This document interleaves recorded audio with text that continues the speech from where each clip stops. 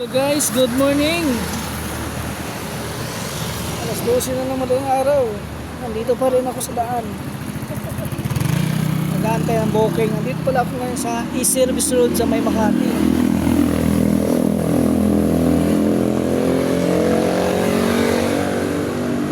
Ang ano talaga ni guys, no? Ang daya ng platform na ginagamit ko. Alam niyo kasi mga nakarang araw. Ayan, dito pala ako. Slicks na yan ata eh. Slicks. Biyahe pa rin ako. Yung mga nakarang araw, saya ko.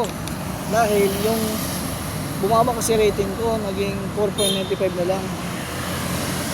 Tapos may customer nagdagdag ng isa. 4.96. Di okay din. Nalagaan ko yung rating ko dahil mahirap bumaba eh.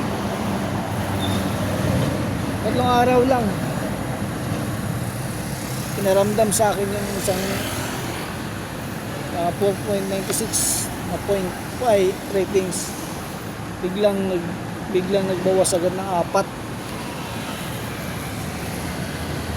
Alam mo yung ano, wala ka namang ginagawang masama, natin sa maayos, tapos magugulat ka na yung ratings mo nababawasan ng 4. Ngayon yung ratings mo yung 4.92 na lang, diba?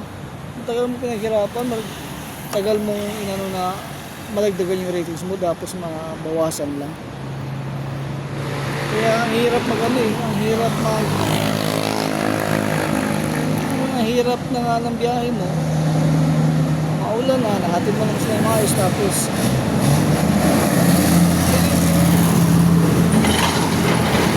tignan mo yung ratings mo, wala na, bawas na na 4. 3 araw nga lang nagdagdag ng isa, nagdagdag sila ng isa, pero nung binawasan 4 agad.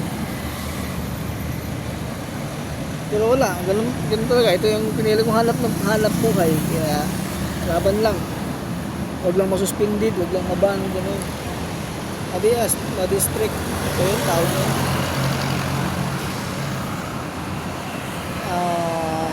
Ngayong araw nag-umpisa ako pasado alas 3, mag-alas 4 na.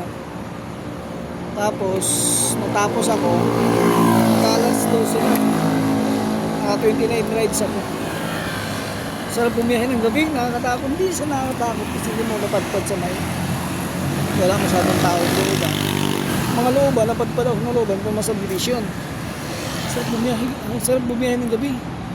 Wala ng traffic, ang dami ko. Kakapahinga ko lang, simula kanina alas 4 hanggang ngayon. Anong oras na ngayon? Alas 12 na. Kapahinga ko lang, last. Tapos sa set destination ako, kasi gusto lang umuwi. Guys, maraming salamat.